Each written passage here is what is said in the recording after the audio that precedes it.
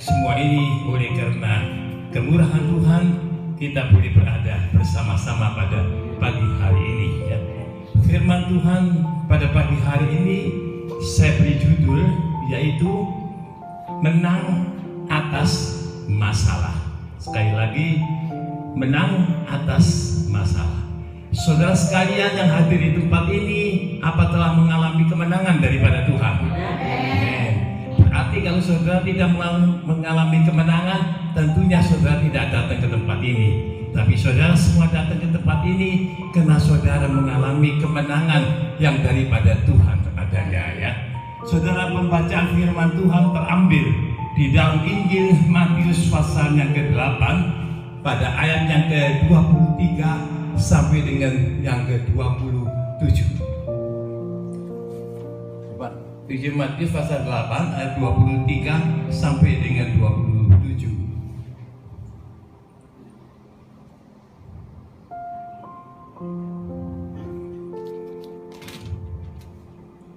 Ini hanya 8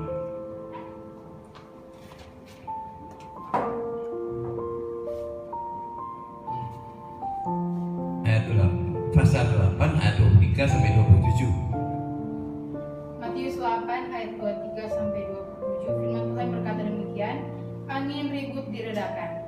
Lalu Yesus naik ke dalam perahu dan murid-muridnya pun mengikutinya. Sekonyong-konyong mengamuklah angin ribut di danau itu sehingga perahu itu ditimbus gelombang, tetapi Yesus tidur.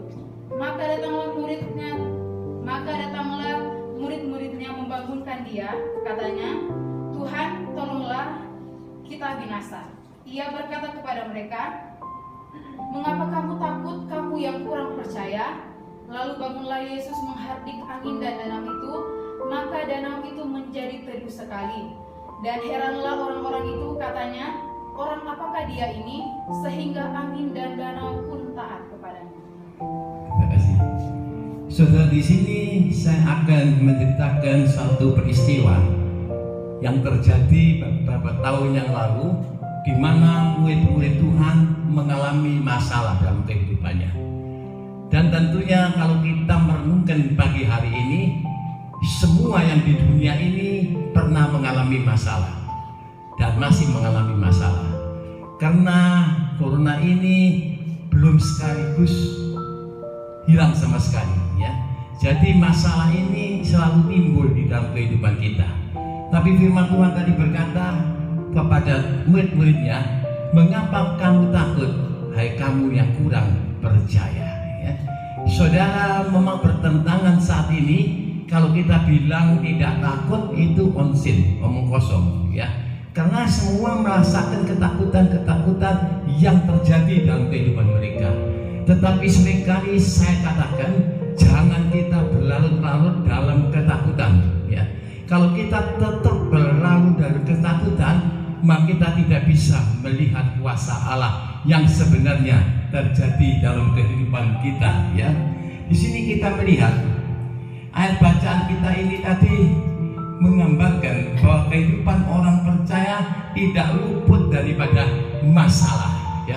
Karena Tuhan tidak menjanjikan bahwa langit itu selamanya biru ya, jalan selamanya lurus, tapi ada perkara-perkara yang kita harus alami dalam kehidupan kita. Tetapi kita percaya bahwa kita mempunyai Allah yang besar, maka Tuhan selalu menyertai dalam kehidupan kita.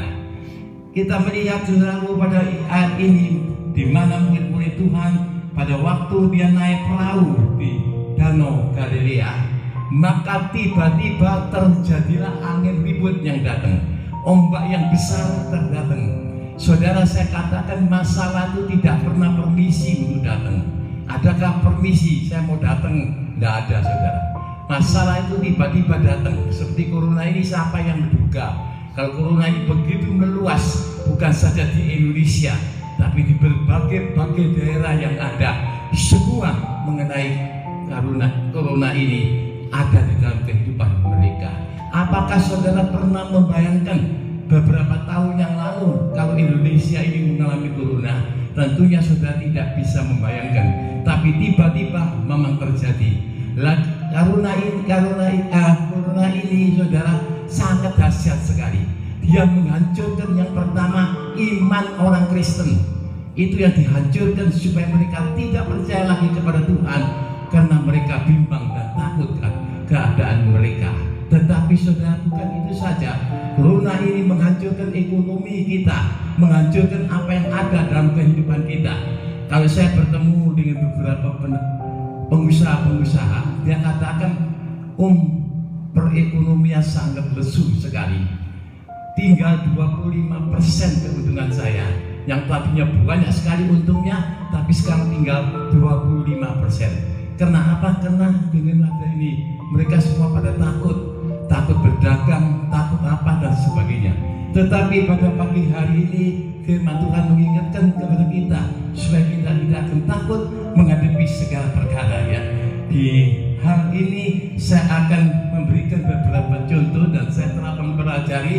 Yang pertama, masalah itu datang tanpa pandang bulu. Masalah itu datang kepada kita semua, tidak memandang bulu.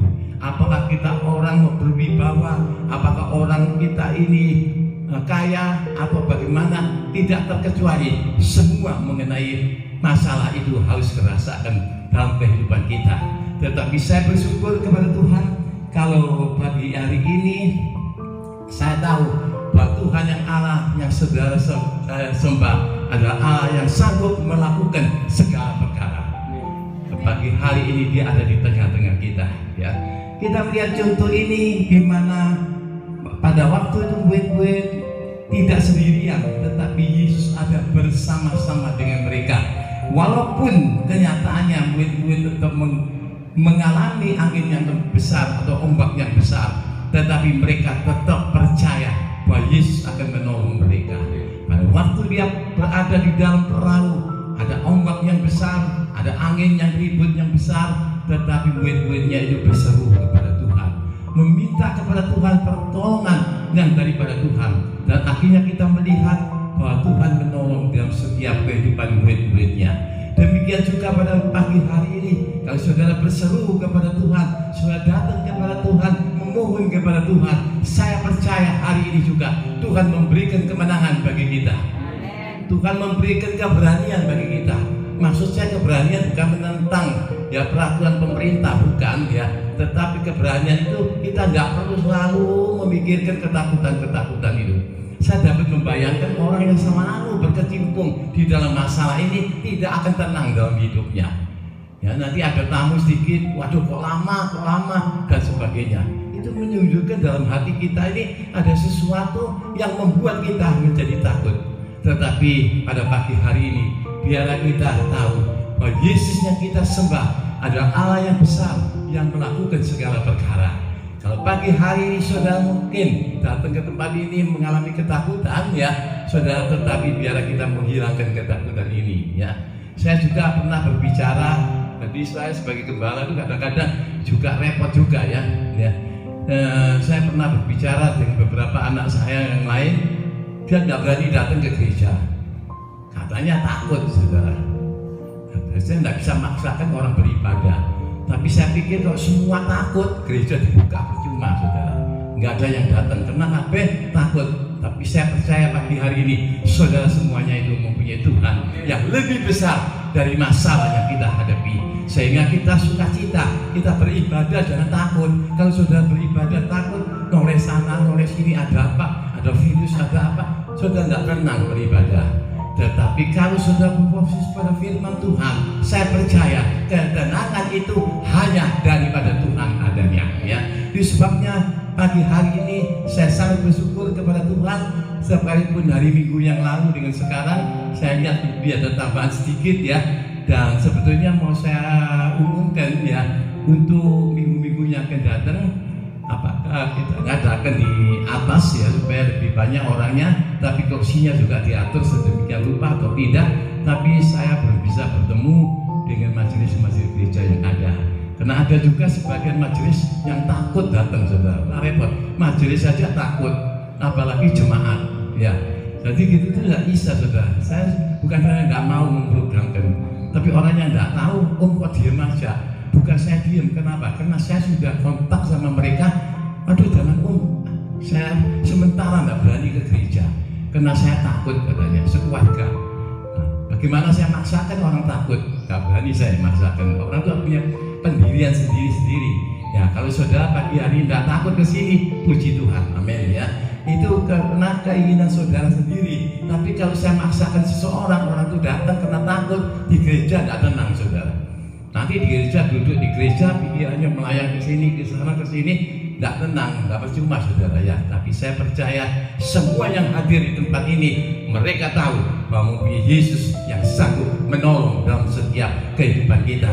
Apalagi saat ini kita sebentar akan mengadakan perjamuan yang kudus. Sudah lama sekali kita tidak mengadakan perjamuan yang kudus, tetapi saat ini nanti kita akan mengadakan untuk memberi kekuatan kepada kita, untuk menyembuhkan segala sakit penyakit kita, supaya perjamuan kudus ini ada di dalam hidup saudara terus menerus. Dan yang pertama tadi, masalah itu datang tanpa diundang. Dan yang kedua, masalah datang tanpa diundang ini, ya kita sekonyong-konyong. Di dalam ayat ini dikatakan sekonyong-konyong datanglah angin ribut, ya saudara. Tetapi kita melihat juga pada ayat yang ke-24 dikatakan ayat 24, sekonyong-konyong mengamuklah angin ribut di danau itu, sehingga perahu itu ditimbus gelombang, tetapi Yesus tidur. Mengapa perahu itu tetap ada di dalam keadaan bergelombang? Karena Yesus itu sedang tidur di dalam perahu. Tetapi saudara, pada pagi hari ini Yesus tidak tidur di tempat ini, tapi Yesus berdiri dan berkata, "Marilah kepadaku, hai kamu yang lelah dan bertanggung berat, aku akan memberi perhentian kepadamu." Pagi hari ini ada satu tawaran Tuhan yang luar biasa. Kalau saudara mempunyai tanggungan yang berat, mengenai apa saja saya tidak tahu, tetapi Yesus menawarkan, "Akulah menolong engkau." Ya, Yesus ada di tengah-tengah kita. Itu sebabnya biar kita benar-benar menghayati akan firman Tuhan itu. Dan yang ketiga, masalah itu kelihatannya sangat besar sekali ya. Masalah itu kelihatan sangat besar sekali. Kalau kita melihat dan pasal yang sama ayat 24, sekonyong-konyong mengamuklah angin ribut di danau itu, sehingga perahu itu ditimbus gelombang, tetapi Yesus tidur di situ. Jadi murid-muridnya menganggap, saudara, peristiwa ini ada peristiwa yang sangat besar, yang sangat menakutkan mereka, sehingga perahu mereka terombang-ambing oleh ombak. Demikian juga di dalam kehidupan kita pada akhir zaman ini ya. Mungkin dalam kehidupan kita banyak ketakutan yang terjadi, terutama pengusaha-pengusaha kecil, pengusaha besar, sama saja semua itu menjerit di dalam hatinya karena ada sesuatu dalam kehidupan mereka ya. Saya banyak kenal dengan pengusaha-pengusaha yang saya tanya satu persatu, jawabannya sama, saudara. Mereka tidak bisa bergerak untuk lebih maju lagi bekerja apa adanya, katanya. Kenapa? Karena ketakutan terus menghantui dalam diri mereka. Tetapi biar pada pagi hari ini, apapun yang terjadi dalam hidup kita, biar kita tidak takut ya. Pada pasal yang ayat yang ke-25 dikatakan, pada ayat yang ke-25, maka datanglah murid-muridnya membangunkan dia, katanya, "Tuhan, tolonglah kita binasa." Ya. Saudara, kita melihat di sini murid-murid Tuhan menjadi takut menghadapi persoalan ini, sehingga dia membangunkan Yesus dan berkata, "Tuhan, tolonglah saya. Tuhan tidak membiarkan saya binasa." Karena ketakutan yang tertimbul dalam hidup mereka. Tetapi pada pagi hari ini saya percaya apapun yang saudara alami ya, langsung kita rasa takut itu biasa. Tetapi jangan biarkan ketakutan menguasai kehidupan saudara dan saya. Tetapi kita serahkan kepada Tuhan. Bukan kita menentang, saudara, bukan. Banyak orang yang mengira saya ini menentang peraturan pemerintah. Enggak, saudara. Tetapi saya ingin menyampaikan, kalau kita percaya, berharap kepada Tuhan, semua itu ada di dalam tangan daripada Tuhan. Kalau Tuhan tidak mengendaki, satu pun tidak akan terjadi, saudara. Bahkan firman Tuhan berkata, sehelai rambut pun kamu pun aku hitung, saudara. Jadi begitu perhatian Tuhan kepada umat-umatnya yang percaya kepada Tuhan. Pagi hari ini juga perhatian Tuhan yang sama ada di dalam kehidupan kita. Dan yang kelima, ini yang paling berat, saudara, yaitu ketakutan ini, masalah ini melumpuhkan iman kita. Coba saudara mempunyai iman kepada Tuhan, dengar lagi perkara-perkara yang tidak baik, yang tak menakutkan, lumpuh iman ini, mati, saudara. Jadi iman ini melumpuhkan dalam kehidupan kita. Tetapi kalau kita berkata, Tuhan, Engkau lebih besar daripada segala persoalan kita, Tuhan, Engkau lebih besar daripada penyakit kita, saya percaya Tuhan akan menolong di dalam kehidupan saudara dan saya. Pagi hari ini dia ada di tengah-tengah.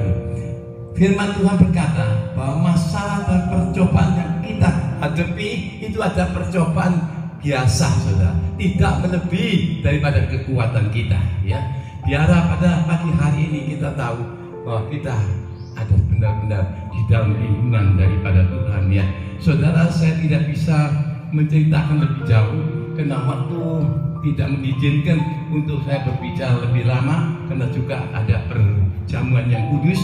Dan biar kiranya firman Tuhan ini boleh ada dalam hati saudara dan saya. Setiap hari, setiap saat gunakan firman Tuhan ini.